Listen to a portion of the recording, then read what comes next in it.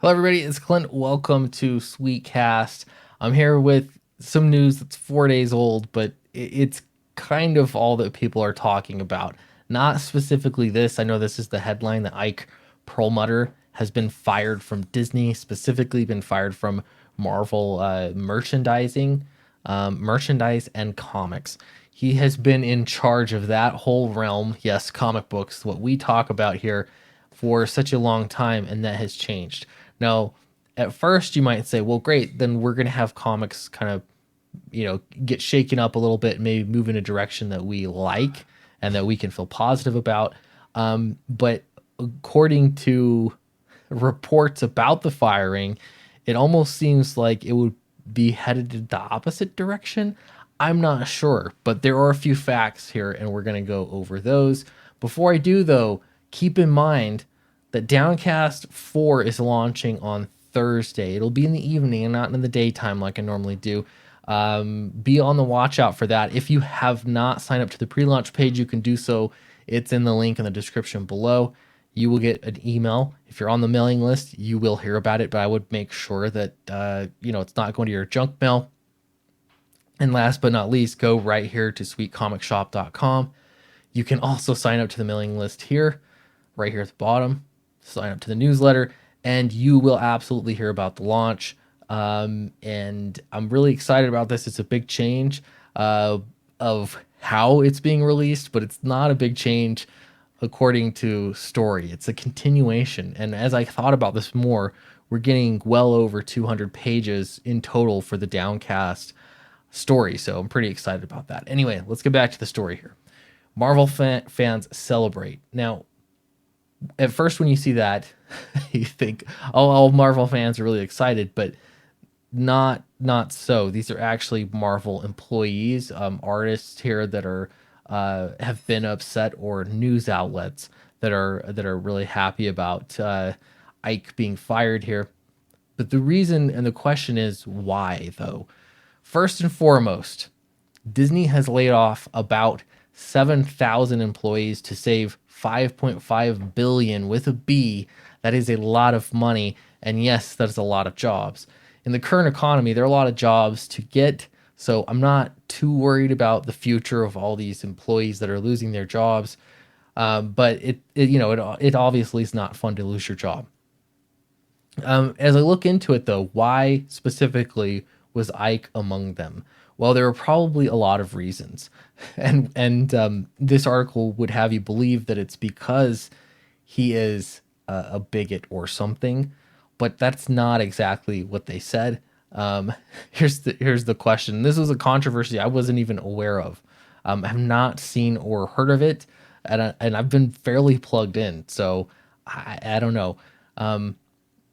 When asked, okay, let me start here at the top. Perlmutter, who has been with Marvel since 1993, became part of the Disney brand in 2009 following the latter's acquisition of the comic book giant. Since the sale of Marvel, Perlmutter has long been the source of controversy within the company. Marvel Studios head Kevin Feige had previously spoken out about Perlmutter's pushback against diversity with the Marvel Cinematic Universe and Marvel Studio brand. In 2019, Feige confirmed Perlmutter's objections, saying, "That's part of it. There's a lot of sides to the story. You can pick up Bob Iger's book, The Ride of a Lifetime, to learn more. I highly recommend it." But it made sense at the time that we had made 10 movies or more, that managerially there was another way to go.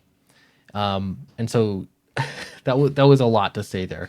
It goes on to say that Iger's memoir, the one that Kevin Feige referred to, had details, and it said that Perlmutter attempted to place roadblocks in front of the production of films such as Black Panther and Captain Marvel, with the former chairman reportedly arguing that audiences would be disinterested in seeing black or female leads on the big screen.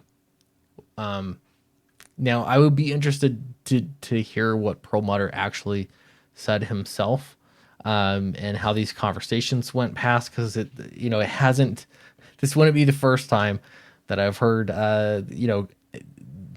pushback against politics in film be misconstrued as pushback against people. And I do think that's an important distinction to make. But right now, all we have is this. That's it. That is all you know.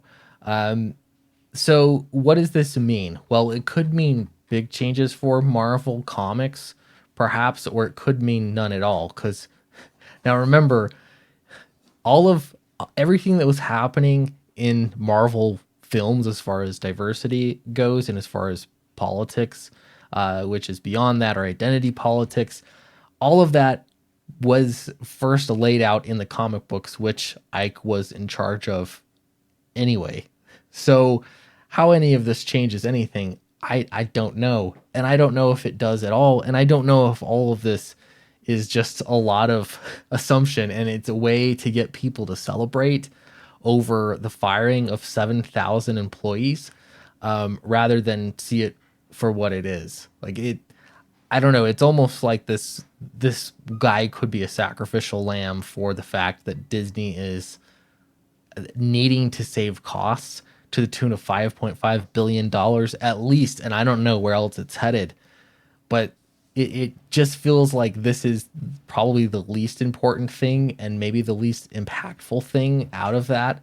But I don't know. I would be interested to hear your comments below. Do let me know what you think about all that. Don't forget Downcast Volume 4 is launching for the very first time here on sweetcomicshop.com. Check it out, and I will see you in the next video.